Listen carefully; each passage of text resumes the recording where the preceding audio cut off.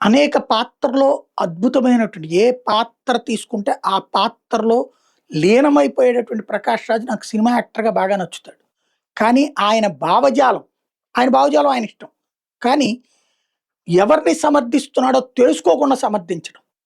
ఇంతకుముందు తీవ్రవాదుల్ని సమర్థించడమో, లేకపోతే గనక ధర్మస్థలాన్ని తప్పుడు ప్రచారం చేసిన వాళ్ళని సమర్థించడమో చేశారు. ఇప్పుడు ఆ తర్వాత క్షమాపణ చెప్పాలి గదా!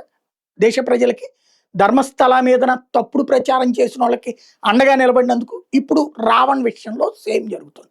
పదే పదే వీడియోలు పోస్ట్ చేస్తున్నాడు సమర్థిస్తూ. ఏమని సమర్థిస్తారు? పవన్ కళ్యాణ్ విషయంలో నీకు కోపం ఉంది గాబట్టి చేయొచ్చు. పాపం వాళ్ళ కర్మగాలి మెగా ఫ్యామిలీ నిన్ను తీసుకెళ్ళి ఎలక్షన్స్‌లో నుంచోబెట్టి మద్దతిచ్చారు. చివరికి వాళ్ళు ప్రజల చేత చేత్కరించబడ్డారు. ఆ విషయంలో ఏది మంచుని గెలిపించడానికి కారణమైంది ప్రకాష్ రాజ్‌ని ఓడించాలని కంకణం కట్టుకున్నటువంటి పరిస్థితి అక్కడ. మెగా ఫ్యామిలీని ఎత్తిన పెట్టుకుంటే అదే మెగా ఫ్యామిలీ. సరే అది మీ ఇద్దరు వ్యక్తిగత అంశం. కానీ ఇక్కడ పాయింట్ ఏంటంటే దే నాకు ఈ దేశం అంటే భక్తి లేదు.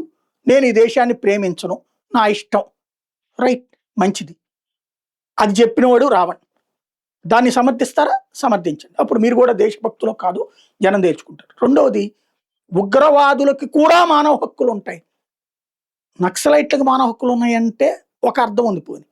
అది తప్పే నన్ను అడిగితే.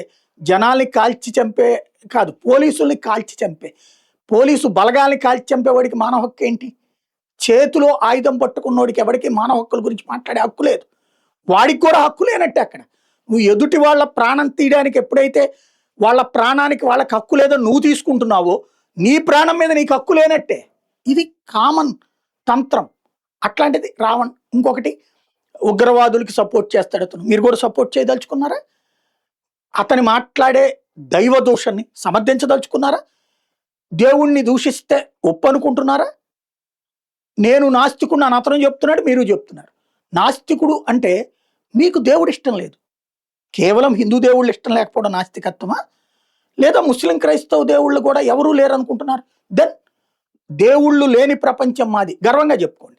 దేవుళ్ళని ఎవరిని మేము పూజించాం గర్వంగా చెప్పుకోండి. అది మీ ఇష్టం, మీ హక్కు. సనాతన ధర్మంలో కూడా నాస్తికత్వం ఒక భాగం. అది అంగీకరిస్తాం. హేతువాదాన్ని కూడా అంగీకరిస్తాం. కానీ దైవ దూషణ నాస్తికత్వం పేరుతో తప్పు.